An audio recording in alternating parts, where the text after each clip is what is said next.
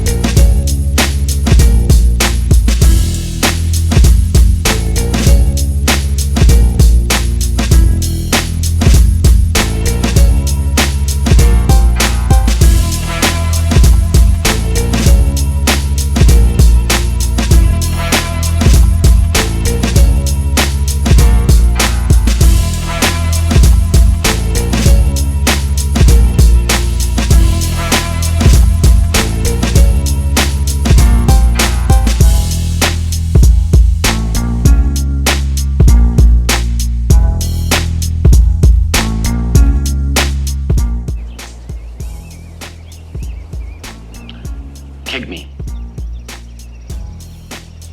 Kick me.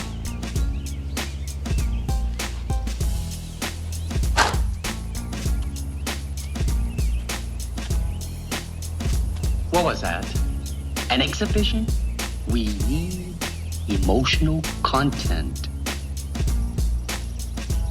Try again.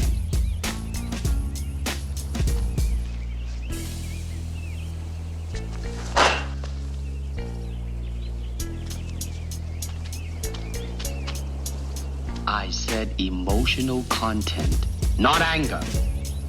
Now try again. With me.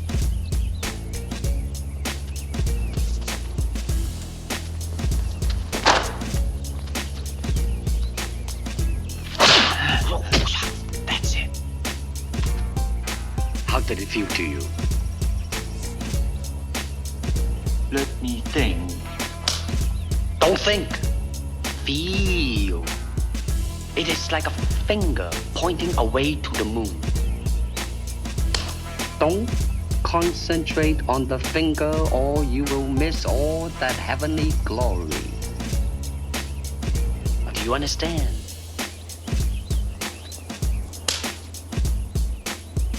Never take your eyes off your opponent, even when you bow. That's it.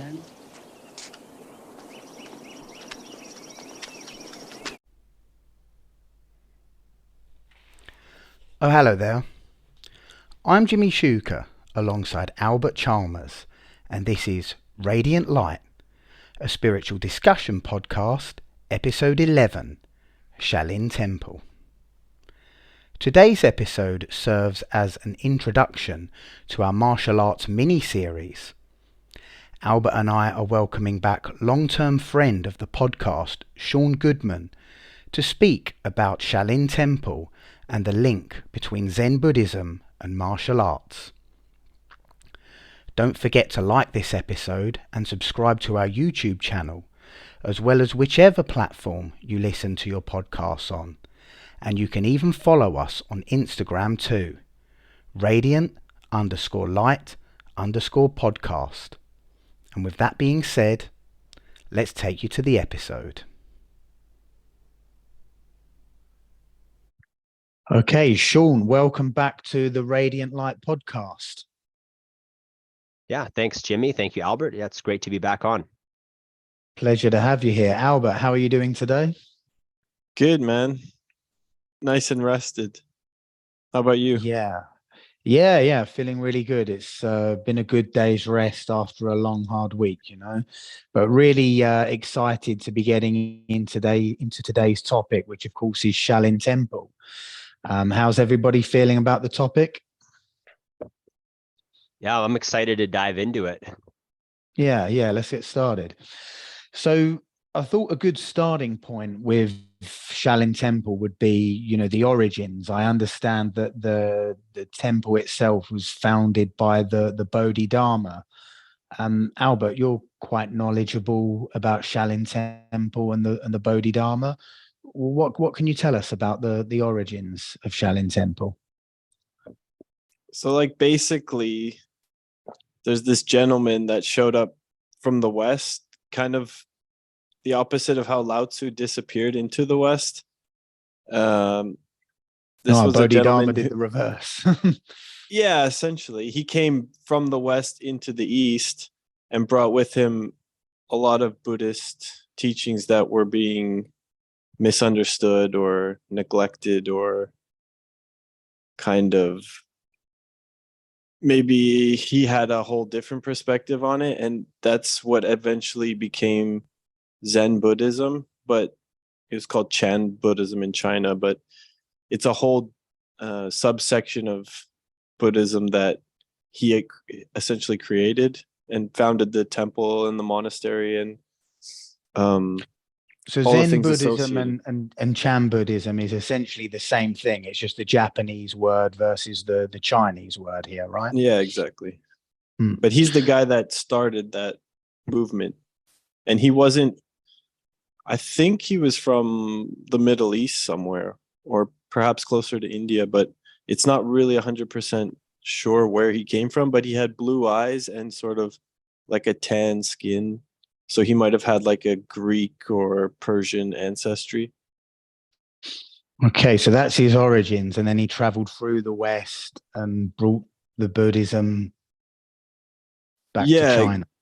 Because China already had several schools of Buddhism, and Buddhism had already come into contact with Grecian thought, like the Western philosophy, and it already had come to China earlier. And then he kind of was like the second wave, kind of set things back in the right place. He claims to have been a descendant of Buddha himself in terms of the Dharma, not genetically. I mean, just in terms of his teacher being associated in the proper lineage. But even that's disputed, of course. But like everything, it's never clear. Yeah. And I understand that he meditated in the beginning. He meditated in the Shaolin Temple for 9 years and was honored as one of the first patriarchs of Buddhism. Is that right? He's the first patriarch of Chan Buddhism. Okay, of Chan Buddhism. But I think when he came, he was disappointed by the state of the sort of weak physical state of the monks. They couldn't really meditate properly because of the aesthetic practices. They had really neglected their physical body, and so they wasn't really following the middle way. No, exactly. They weren't. So that's why he had to kind of reinvigorate the whole. And he taught about instantaneous enlightenment, things which were not really being taught at that time. It's a different message. It's a different kind of dharma. Tell me a bit more about this, the message of instantaneous enlightenment.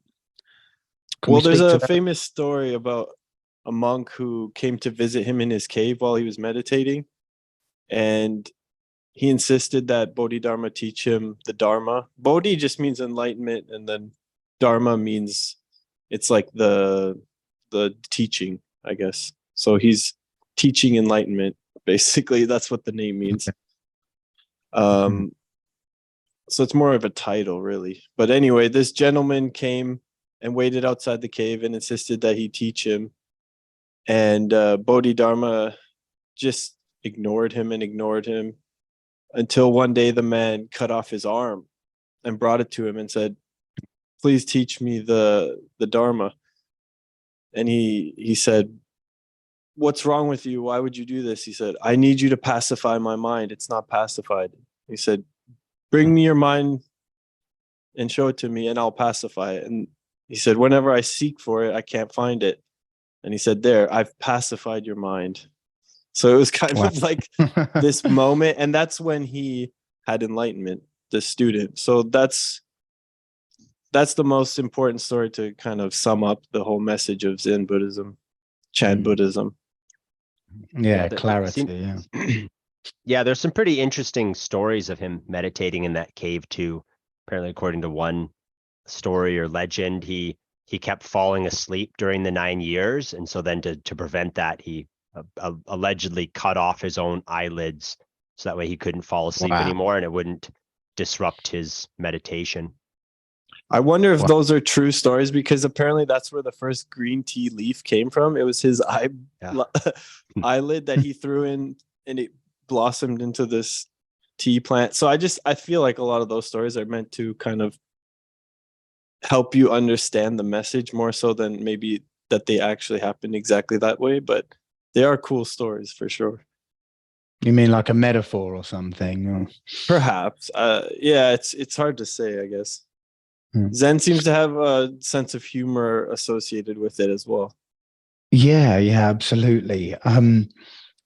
So I understand that the main pillars of what the Shaolin Temple is founded on was essentially the Chan or Zen Buddhism, Buddhist art, Chinese medicine, and martial arts. Like, this is kind of what the establishment was built upon. Yeah, I guess it's a place where they practice all kinds of different. It's not just meditation, even though Chan means meditation. So it's probably the most important part, but it's actually a full umbrella of different, what do you say? Like skills, I guess. Yeah. It's kind of like setting the foundations as such. And I also understand there was another person, probably butchering this, who met the Bodhidharma. This is Baoto, who came to Shaolin Temple and made it like a center of translation of Buddhist scriptures, so that people could understand the philosophy a little bit better. Is that right? Yeah, I guess there's probably like a library there or something. Did you see anything to that effect, Shawn, when you were? Do you know of some kind of archive? I know they do have really extensive archives there. A lot of them, probably over 90%, have been destroyed though. Yeah, so for the listeners who listened to the previous episode that I was on, you might recall I shared a little bit of a story about my own trip to the Shaolin Temple. So when I was there, I did not see any records or archives. I doubt that's something they just show to the public. There are lots of engravings though, and there's quite a few that date back to the Tang Dynasty and earlier. So there's quite a few of these like steles, these large engravings. There's also the Pagoda forest too, which I thought was really beautiful. So it's right behind the temple.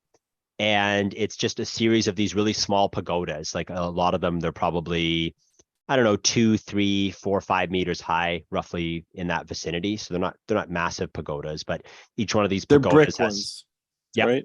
yep, they're brick pagodas, correct. And they have different engravings on them.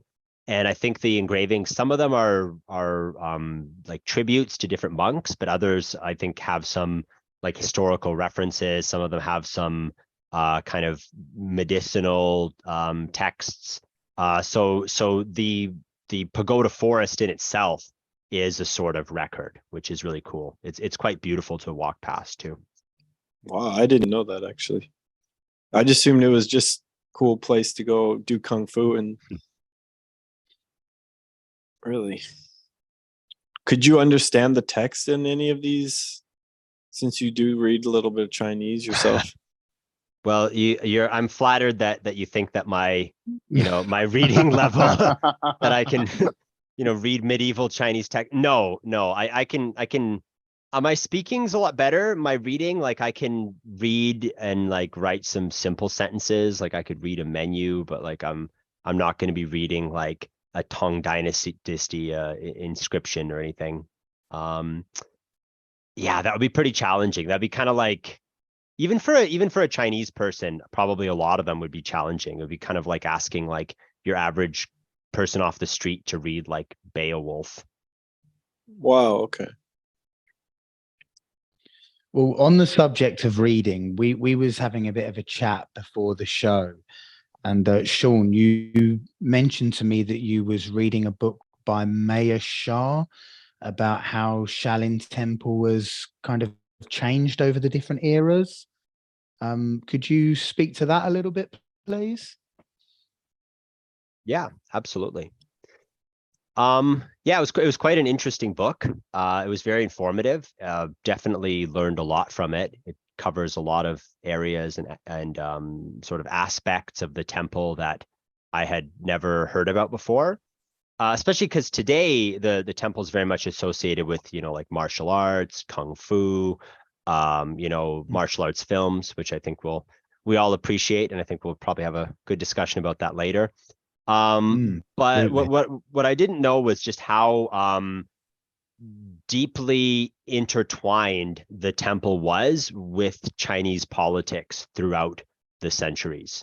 So that was something that came as a little bit of a surprise. Okay, So in which ways? I guess to provide a little bit of context here.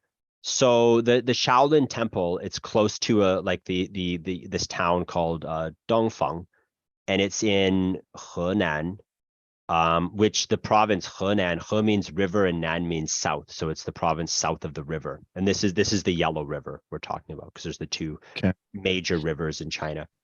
And so this area really is like the cradle of Chinese civilization, like the very oldest, not quite civilization, but the very oldest cultures in China date back to this region along the Yellow River, roughly 9,000 years ago. Oh wow, real holy ground, yeah. Oh yeah, oh yeah. So this whole region, it's really been at the center of the story of China throughout the years.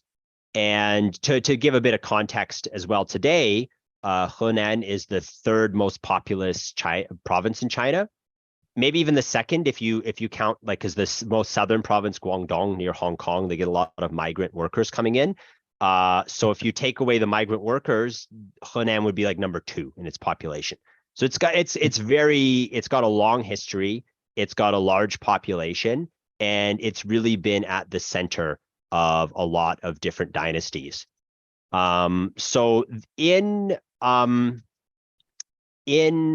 Henan, there's a city called Luoyang, which is, I've been there as well. It's a really beautiful city, and it was the capital of multiple Chinese dynasties. So it was the capital of the Eastern Han, for part of the Sui dynasty, for part of the Western Jin. So a lot of these really old dynasties, they were situated in Luoyang, which again is not too far from the Shaolin Temple. So we can see that there's a pretty close connection there. So the Shaolin Temple throughout the years, because of this close proximity to these centers of power, has played a pretty like integral role in Chinese politics. So at various times, they were supported by different emperors. They actually came out militarily to support different emperors as well. So for instance, in the end of the Sui dynasty, so we're looking at the kind of like the late in the 500s, around this time period. Okay. Is that around the time Bodhidharma came over and taught them how to yes. fight and stuff? Yeah, it would have been a little bit later. Just checking I made some notes here so we could be more precise. Yeah, so this would have been a few decades later. So the temple was, again, the actual founding date, it seems like there's a little bit of controversy, but we're talking like the early 500s, is maybe late 400s, early 500s is kind of the time it was founded. Again, it's hard to say conclusively. So we're talking about like the late 500s now into the 600s. So there's this like transitional period. There's like the Sui and their dynasty, like there is collapsing. The Tang is starting to emerge, and the Shaolin monks, they side with one of these princes, one of these Tang princes, who's going to become the second Tang emperor. And so they actually side with him against the Sui, and they play a role in some battles, which again, if you look at a map, strategically makes a lot of sense too. If you think about where the Shaolin Temple is, it's next to Mount Song, so it's really close to this big center of power, and B, it's on the high ground. Usually these temples are situated on a mountain, right? Yeah. So strategically, it's a pretty important place, and it's definitely, so it gives different emperors, different dynasties like this incentive to try to, make relationships, make connections, kind of keep the temple happy, right? So they side with the Tang, and the Sui is defeated. And as a result, they're given like gifts, they're given land, they're given a lot of like sort of additional powers. And this sort of starts this long-term relationship, which is not going to be, there's periods where they fall out of favor. It's not to say that they're always assisting the emperors or the dynasties, but there's going to be quite a few different instances where they do come to the aid of different emperors, where they send military support, where they allow troops to kind of pass through their monastery. And as a result, they have a good relationship with quite a few Tang leaders, like Empress Wu Zetian, famous empress of China. She is a supporter. She's a patron of the temple. She gives them different gifts and like engravings and tablets and land and stuff like that. And what's interesting too is at times, so the second emperor that I mentioned, he actually was not entirely in support of Buddhism. So actually at this time where he was giving, political sort of favors to the Shaolin Temple, he was actually cracking down on other Buddhists across the country. So it's not as simple of a matter as, yeah. Right, So, okay. yeah, so you get some emperors who are just in general like patrons of a particular religion, like we talked about last time. They might favor more, Taoism or the more organized Confucianism or Buddhism. But this is a case where this emperor was trying to assist them, but he wasn't giving the same assistance to other temples. So it shows that, like, again, they have this sort of political relationship, which is going to be maintained throughout numerous dynasties. Because you said there's contradictions all over the place here. Like there's the contradiction of Buddhist non-violence and martial arts going on as well. Mm-hmm. Correct. As, yeah, and I understand, okay. That's like to aid in meditation, because your physical strength will help you meditate longer, and also it's like to protect the Dharma from these imperial forces just wiping through and burning down. I mean, they did burn down the temple multiple times, as I understand. So it didn't totally help, but it helped a little bit. I should imagine. Like there were times when maybe they weren't on the side of the winning emperor or whatever, and then they had to protect the temple. Mm-hmm. Yeah, that is a big part of it. So yeah, there's different kind of factors at play. Like you said, doing more of like the gymnastic element. That one is tied to like the chi and breathing exercises, tied more to like the, spiritual practices.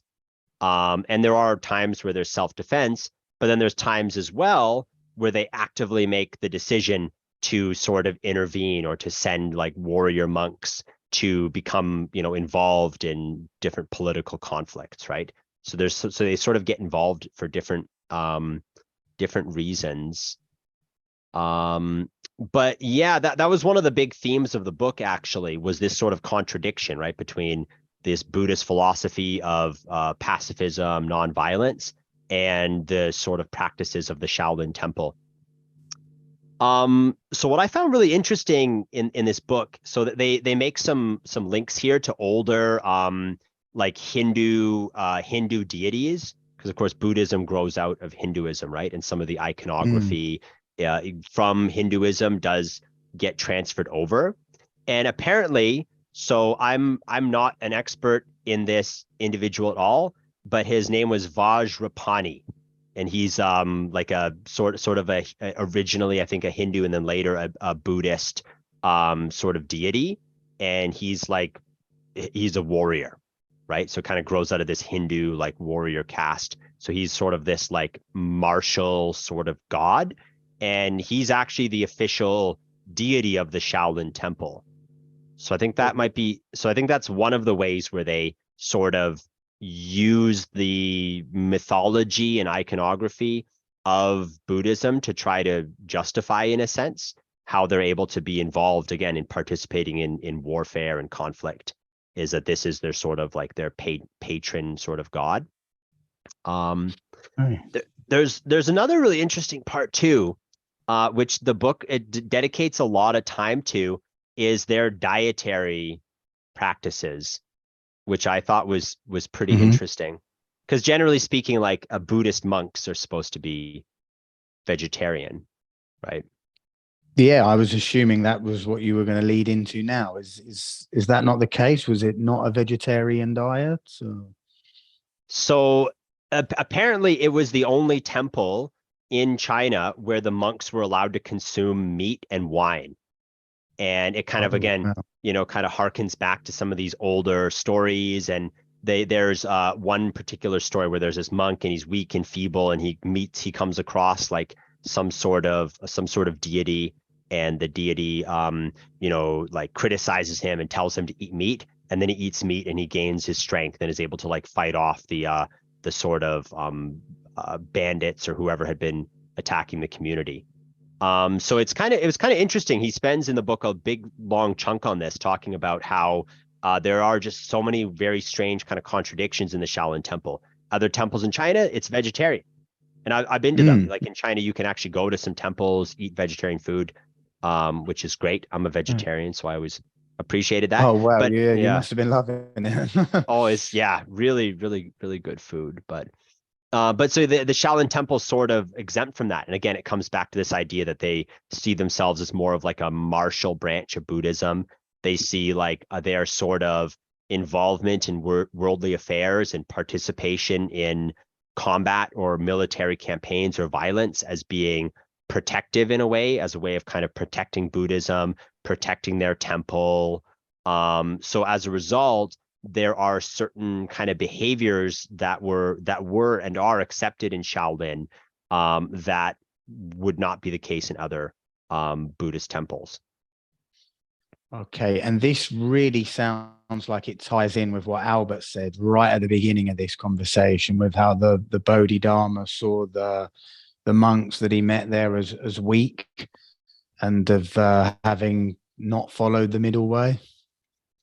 Well, there's that Jet Li movie, which was the first official movie shot in Shaolin Temple, because all the other ones before that were shot in Hong Kong on a soundstage. But this film showed the story of a dying, it's just a villager, I guess, and he's dying, and then they take him into Shaolin, and the monks they kind of smuggle him some meat so that he'll recover. Hey, right. And then at the end of the movie, they help the emperor, and the emperor gives them a special decree that they can drink wine and they can eat meat, because the warrior monks need to eat a lot of protein to train the way that they train. If you've ever seen some of their training, it's very intense. So Yeah, I I'm would not. imagine that all the protein they can get. Yeah, exactly. So I guess they had to justify that in a kind of more religious way. Yeah. And going that's so this I actually didn't get around to watching this movie. So I'm kind of I feel like I'm Well, missing you read out a whole because book. That's pretty well good. Yeah, yeah. but but it's kind of cool. So I'm reading. So this film it takes place during the transitional period that I talked about, the transition from Sui to Tang, and so I think that the emperor is his name Li Shimin. So he's the one that I talked about before, who gave after in as a sort of reward for the monks supporting him during this like transition and supporting his campaign, and he gave them some like gifts and extra land. That was one of the decrees too, was that they could eat meat and drink wine.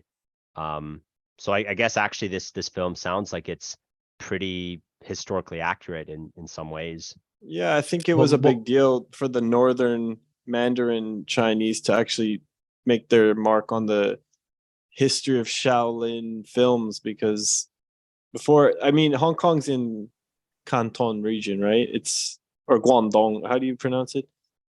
Yeah, it's just like it's an island just south of Guangdong. Yeah. Yeah, so it's just glamorizing Shaolin, but it's not actually filmed in Shaolin and trying to portray the history. Whereas that film was kind of a new chapter in the history. was the name of the movie? I believe it's just Shaolin Temple. So the first movie actually recorded in Shaolin Temple was Yeah, called exactly. Shaolin Temple. It was Wow. the first Jet Li movie too, as well. So double significance there. I think that's going on our list alongside Enter the Dragon and Way of the Dragon that we've got to be checking out soon. Well, that's what we're getting at, right? It's like there's so many movies about Shaolin and nobody knows exactly how it all went down, but everybody knows that Shaolin's the place to be. It's kind of the place that led to, the Bushido in Japan later, the samurai culture with the warrior's way, and even So, things like the Jedi from Star Wars are kind of basically just these Shaolin monks in a sci-fi setting. That's the idea of it. yeah, clearly inspired from Shaolin. What kind of period in history are we talking about where Shaolin Temple kind of really got popularized and hit the movie screens, and the world kind of awakened to it, so to speak?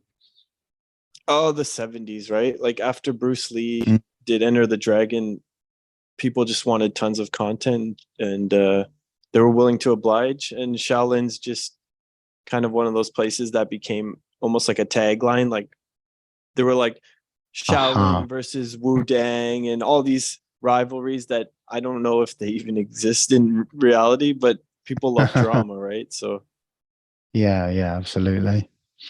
Yeah. Well, but that's how we heard about it. So those rivalries that kind of brings me to an interesting point here. So with like a lot of martial arts, like the early history is not very well recorded, and generally speaking, there's often this talk like, oh, it's an ancient art, but in actuality, almost all martial arts today have a relatively modern history. So during the time period that we were just discussing, this transition from Sui to Tang, and how the monks are getting involved and they're participating in warfare. So we know that they were in battle at this time, but there's virtually nothing that's known about what they were actually doing in terms of skills. Like there's right. literally nothing that's been recorded. So what I think is kind of interesting is that you start to see these arts become a little bit more standardized or recorded by the 1600s, which is sort of an interesting trend. It's not just exclusive to China. You see the same thing in Europe too, where people have been fighting with swords for thousands of years, but it's really not until, the 1500s, around the Renaissance, where you see these things like fencing manuals popping up. Right. And prior to that, it wasn't really recorded. So if you see like Romans fighting in a film, well, that's just all someone's imagination. There's literally no like, ancient Roman texts that instruct you on how to sword fight. So you see during the 1600s, this is where people start to record these early manuals, and they start to record the Shaolin. And it wasn't so much the monks themselves, but there's this whole like kind of culture that's growing around it. So at the center, you have like the core group of Buddhist monks who are doing the rituals, the rites, who are performing all of, studying Buddhism. And then around the temple, you have this sort of like periphery where people are studying, learning, kind of making pilgrimages to train. And by the 1700s, you do get a lot of people who are coming to train in Shaolin, and they do go off to either do demonstrations or compete or to challenge other schools. Wow. So which does sound really like something out of a martial arts film. That you'd get these guys that would maybe, go study and train in the Shaolin Temple. Again, they would kind of be on the periphery. They wouldn't be the actual accepted as like a fully ordained monk, but they would go there and train, and then they would go and sort of, take what they'd learned, and sometimes they would do sort of like demonstrations for money, or they would go and they would do like martial arts challenges. So I think that was like a pretty interesting period to be reading about. Thank you for sharing that with us. That's kind of really giving me a good overview of how Shaolin Temple has evolved over the years. I can see the full evolution in progress, I think something that really kind of piqued my curiosity about this whole subject that we're kind of getting into now is the link between meditation and martial arts. I mean, prior to getting into Radiant Light, I didn't really think that was a thing. Perhaps you'd like to speak to that, Albert? You've quite clued in on that side of things. Well, yeah, I mean, for me, the whole reason I kind of got into all of this was my love of martial arts, and especially martial arts films. I think that was the kind of the door open for me in that way, in my mind, about these different schools of kung fu and all these different styles, and just trying to understand the origin of that, and just you try to link the different styles back to their source, and it all kind of points to Shaolin. Shaolin's where this fighting in a beautiful kind of way, not fighting with swords in the gladiator kind of way, but fighting for the pure aesthetic of it. And the spiritual connection is something that you kind of unravel over time. It's not something you immediately understand. I mean, that's the idea, is that you will immediately understand it in a Zen kind of epiphany, aha moment. But that doesn't really happen the first time you strap on a gi and go do some karate kata or something. Of course, we did katas when we were young, but we didn't have like a epiphany then. That kind of came after time, right? But yeah, I see what you mean. You're talking about how, you've seen it all on the movies. That's led you back to Shaolin, and then Shaolin's led you back into the Buddhism, the real early foundations of it. And it's funny, I feel like we're kind of yin-yanging each other again here, because I'm kind of like the reverse of it. Travel's kind of piqued my interest into Buddhism, and then that's now leading me into martial arts and asking you guys about all these movies that I've clearly missed out on. So we're yin-yanging again here. Well, we'll fill in the pieces, right? It's like these puzzle pieces. I got a puzzle here conveniently, but you just gotta like put them together until you get the whole picture, the beautiful picture. Yeah. And I think Shaolin's a big piece right in the center of that puzzle for sure. Oh, a huge piece. I mean, this conversation alone is like it's really answered a lot of questions for me. It's made the whole thing a lot clearer.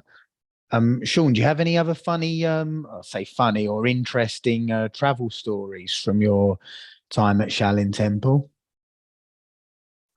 Yeah, so I went there twice actually. Like I was explaining last time, it has become a little more commercialized in recent years. So it'd be interesting to go during the off season. I went during the summer and it was just packed. Like it was Wow. crazy. It was like going to an amusement park. Like there was so many people. And Right. it's hot too. That's another thing about Henan. It is a hot province. Like it's probably the same kind of climate and latitude. I probably like maybe North Carolina, if I had to guess. Okay. So in the summer it's really hot, and you know, you kind of go inside and you're really packed. Like yeah, I went and I saw the martial arts demonstrations, and the first time that I went up the Mount Song, and last time I shared the story where I came across this like this monk who was sort of just doing some slow sort of martial arts practice, like maybe more like Taichi, something meditative right next to a cliff. Yeah, so that might bring us into some of the more modern history, if we want to wrap that up. So like I said, Shaolin has been pretty much at the center of a lot of Chinese politics throughout the years.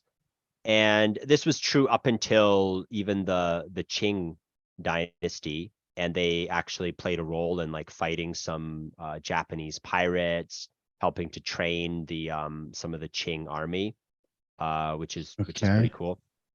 And then into the 20th century, there was a few different instances where the temple was destroyed. Once in 1928, and so this is during the warlord era.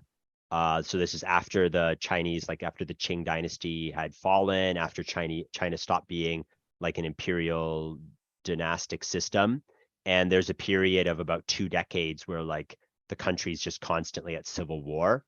And so the monks had actually sided with a particular individual here. I hadn't heard of him. So first of all, I studied a little bit of the warlord era when I was in grad school, and it is incredibly complicated.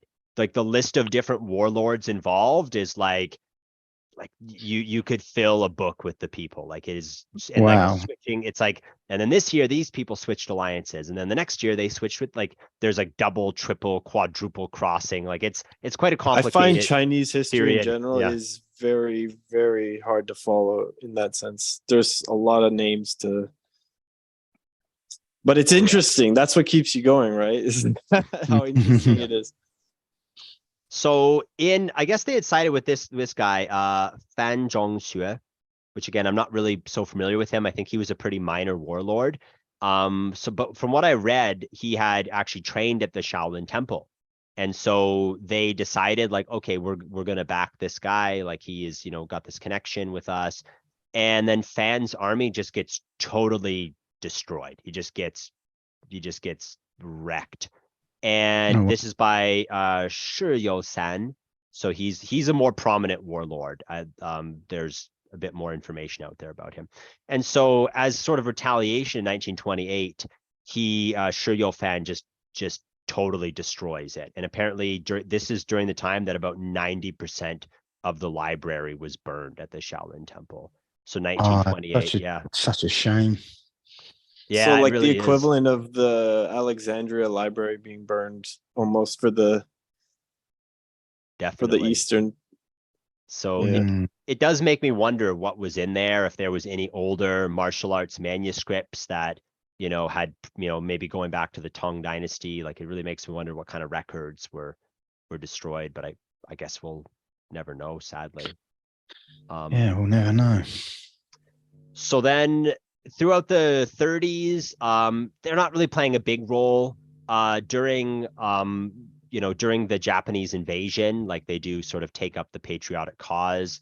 I couldn't find anything about Shaolin monks going to fight the Japanese. I didn't find that, but I did see that they were involved in some of the sort of kind of propaganda information, like kind of these campaigns to boost morale in China. And so some of these martial arts organizations did play a role in that. Again, I didn't find anything about them fighting the Japanese, so not sure whether any of them did or not. I guess by the time there were guns, the kung fu didn't really do too much to deter. Yeah, I guess perhaps not. And then after that period, again, there's a time where they kind of fall to the margins of Chinese society because, again, the communists take over. They have a atheist philosophy, which really sidelines Buddhism. But they're sort of left to their own devices for a couple decades until 1966. So going back to the Cultural Revolution, which we talked about in the last episode I was in, which is an issue it's kind of an uncomfortable subject that China doesn't like to talk about. But in 1966, the temple was looted once again during the Cultural Revolution, and apparently a lot of the monks were forced to like leave the temple, and they were put placards on them, and they were sort of yelled at. Apparently they were marched through the street and everyone threw garbage at them. So it's pretty humiliating. And they were forced to leave the temple. A lot of the inscriptions and stuff were further damaged. So you can see there's kind of these two periods of the 20th century where sadly a lot of the archives, materials, inscriptions are damaged and lost because of these two events. But then afterwards they do recover. And then in more modern times, they have played a role in cooperating with the Chinese government to kind of promote a sense of like national pride.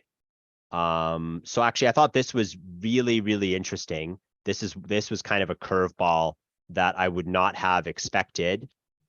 But the current abbot of the temple, his name is Shi Yongxin, and he is the first one of the abbots to join the Communist Party. And apparently, allegedly, he's the first Buddhist monk in China to get an MBA. Wow. Which that I read that, I'm like, that's very strange. And and then they raised the flag of China above the temple, which they'd never done previously for any other dynasty, any other ruler, emperor, but now they have put the China's national flag above the temple. So we can see that maybe their role, they're not I doubt that Xi Jinping today is like conferring with the Shaolin monks, like, so it's probably not the same as, during like the Tang or during the Qing dynasty, but we can see that they are still playing kind of a role in Chinese politics. So that sort of role is something that's continued up until. But it's like unlike the Tibet thing where Tibet wants their independence. I mean, Shaolin is intrinsically Chinese, so it's in their best interest to befriend the ruling power, especially in, I mean, the 20th century, they went from fighting with sticks and stuff to like nuclear weapons. I can imagine the incentive to, align yourself politically would be quite large. For sure. And I kind of like worked backwards actually, because as I explained in the beginning, my concept of Shaolin was much more like the martial arts and stuff. And I kind of started with the modern and worked my way back. And when I first saw this, I'm like, oh, he's joined the Communist Party. He's got an MBA. At first I was like, that seems kind of strange for a Buddhist monk. Like, that's really weird. Yeah. And then I went back to the earlier history. I'm like, oh, no. This is like, this is totally fitting. Like I said, there's been very strong links between the Shaolin Temple and various governments and dynasties. So you got to connect the dots. Yeah. So there's sort of like some. So it's like a time capsule, but it's like a time capsule that has evolved as well. It's not totally just a reenactment. It's actually a living I mean, as touristy as it is, I assume that those people that are there take it quite seriously, right? It's not a joke for them or just a postcard or something. It's the real deal, I imagine. Absolutely. Yeah. I was watching a documentary, and it was showing some of like what the training they have to go through to be able to finally become a monk. And it looked very arduous. And obviously there was a lot of really insane sort of acrobatics that were required. But there's also, one has to have a deep knowledge of Buddhism. And so there's the physical examination, but then there's also like there's an examination regarding Buddhist scripture. So of course, that's why it's one of those complicated things, right? Like, I think that if you are just a tourist and you're going there, well, you're going to perhaps just see the one side of it. You're going to see the acrobatics show. You're going to see the beautiful kind of like architecture and pagodas and stuff like that. But you're obviously not going to have something even remotely the same of an experience as somebody that is a devoted, disciple of Buddhism, who's dedicating their lives to, martial arts and studying Buddhist texts and meditation, that actually lives inside the temple. That's a whole nother world that, your average person is not going to see. I doubt you'd Yeah. know anything about it unless you spoke Chinese fluently and then were accepted in as a disciple, right? Mm-hmm. I would imagine so.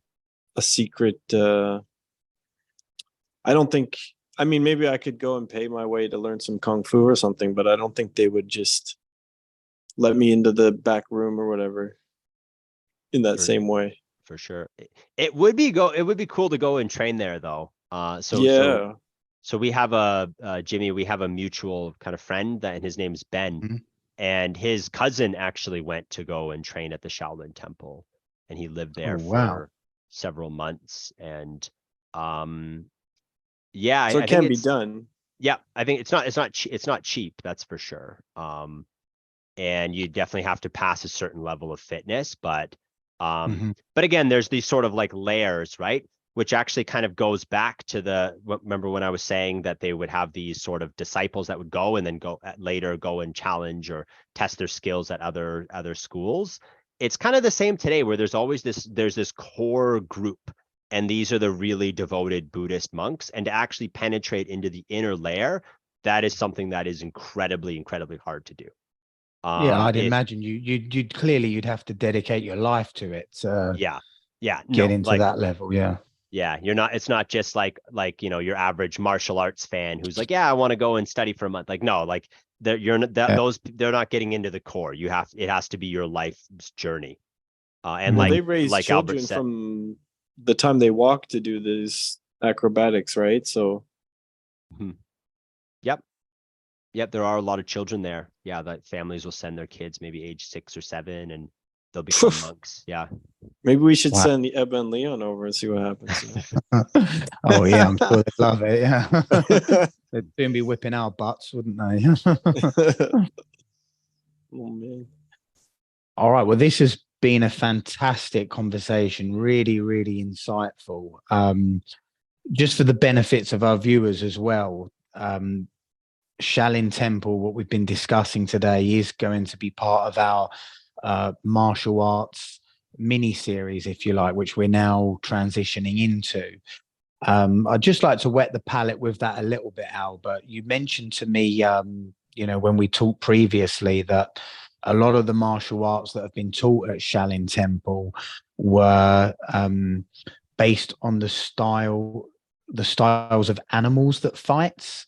So, for example, you mentioned that Kung Fu is based on the movements of a tiger. Okay, the 5 we've listed here: tiger, dragon, snake, leopard, and crane.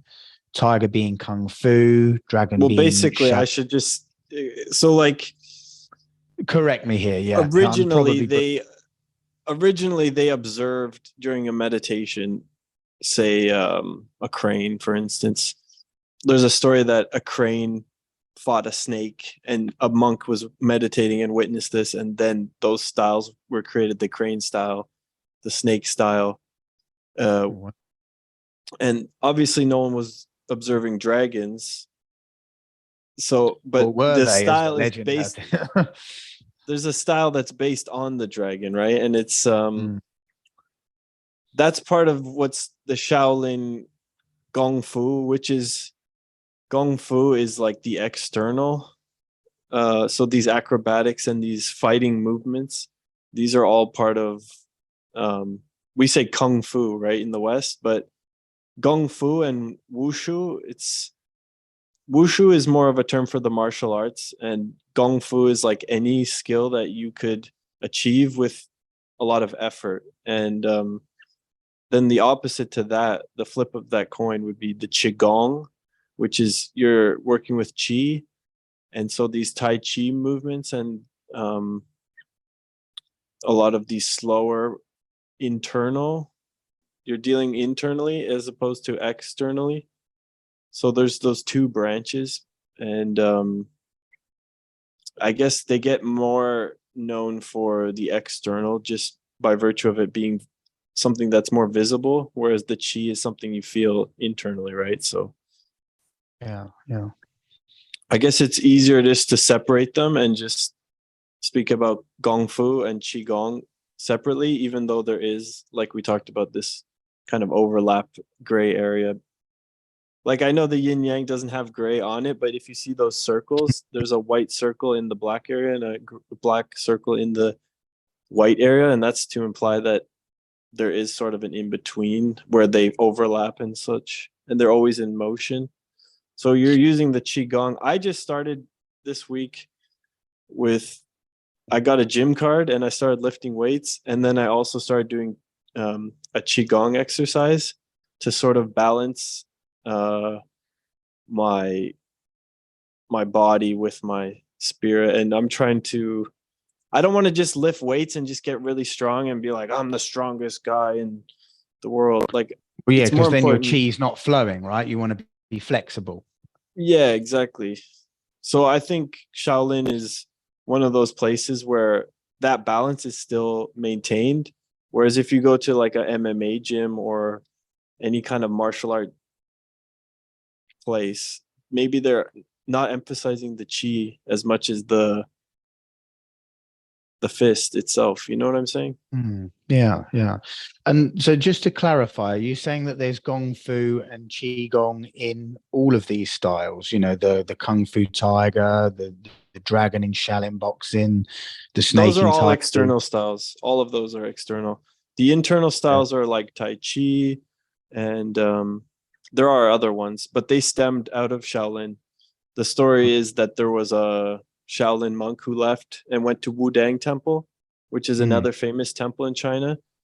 And that's where he created Tai Chi, which ended up branching out into several different styles as well. And so that's another episode. I guess it's kind of better not to cut it short, you know. Yeah, we won't go too far down the rabbit hole, but I'm really, really looking forward to drilling into these different martial arts on an individual basis, and you know, diving into the martial arts mini series as we're terming it. Shawn, thank you so much for the knowledge that you've brought to the table once again today. You've really knocked it out of the park. Anything you'd like to add before we wrap things up?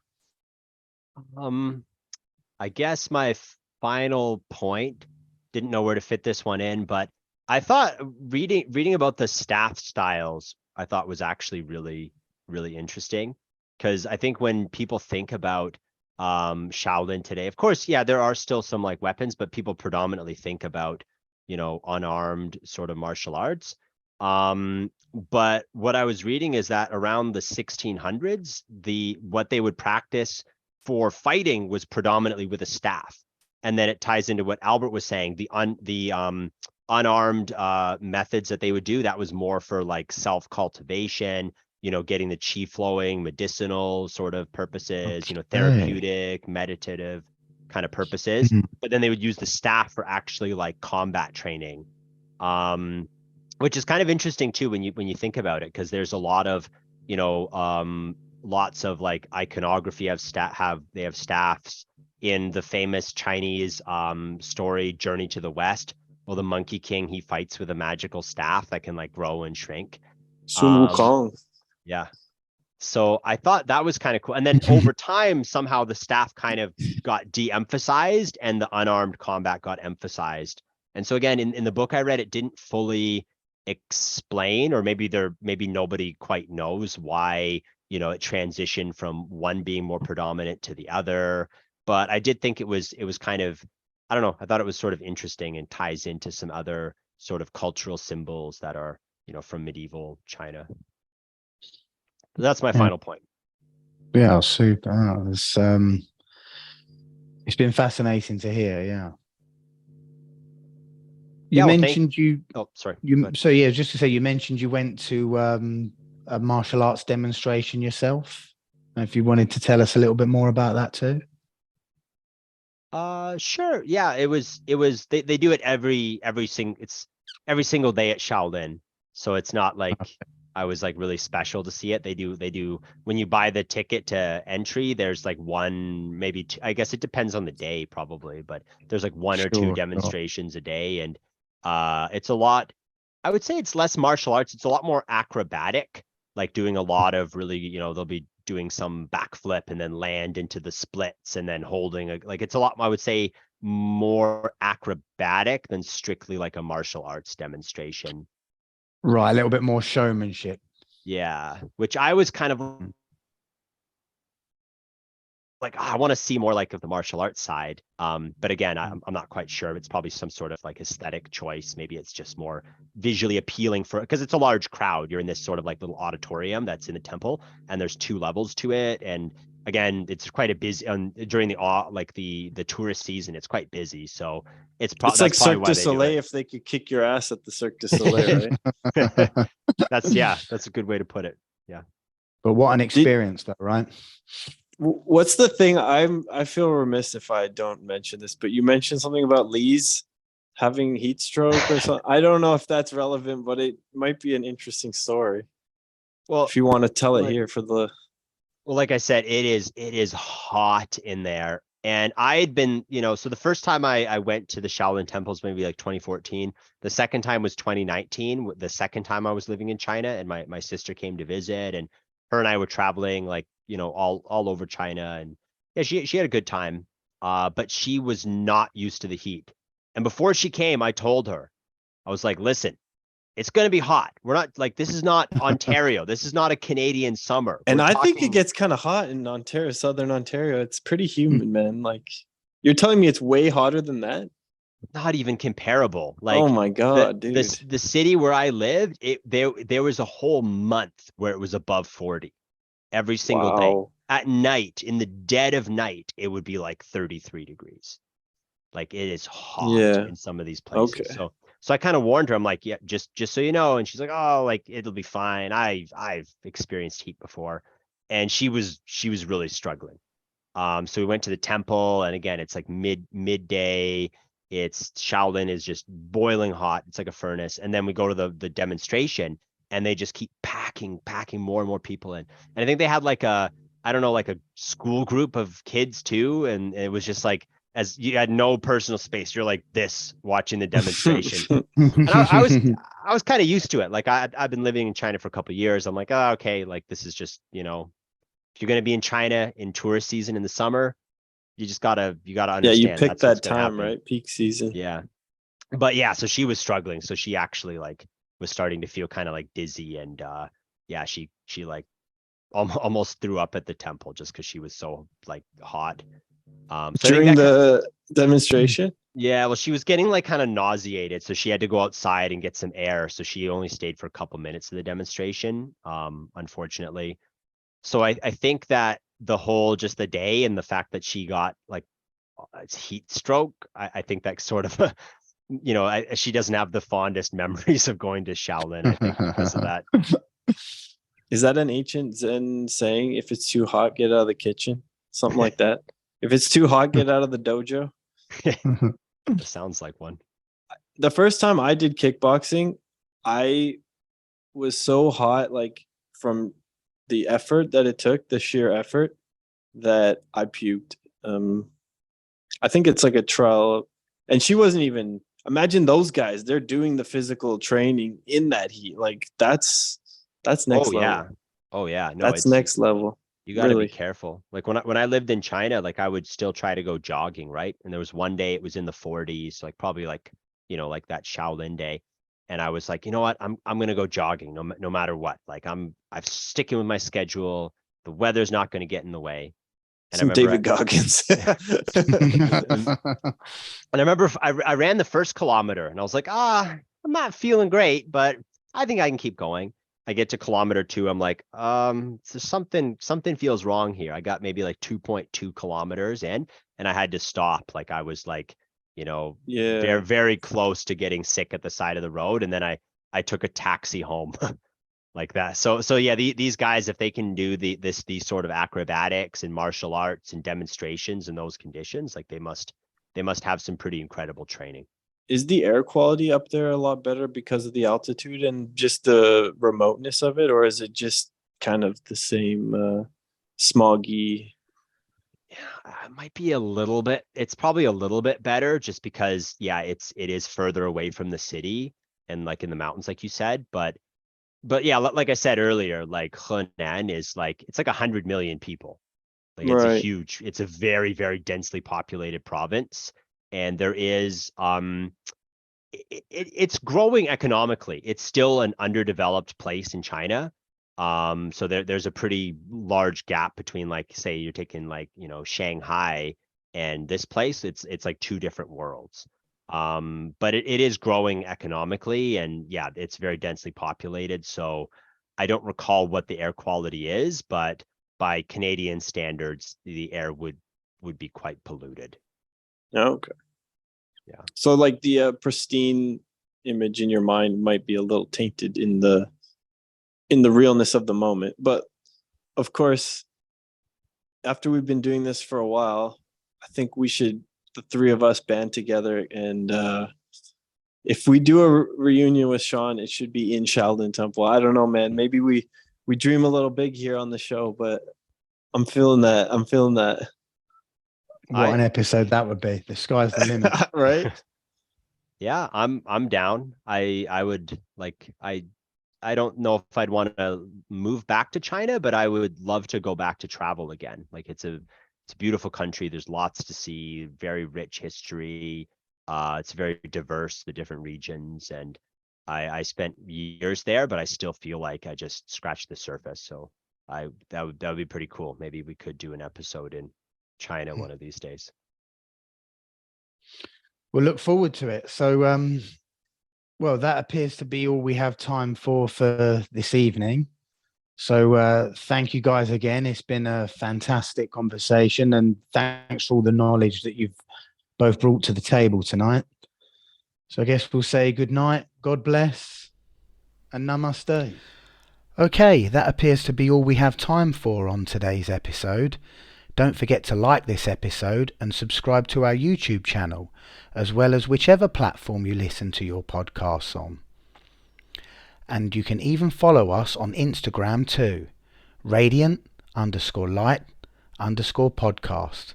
And until next time, good night, God bless, and namaste.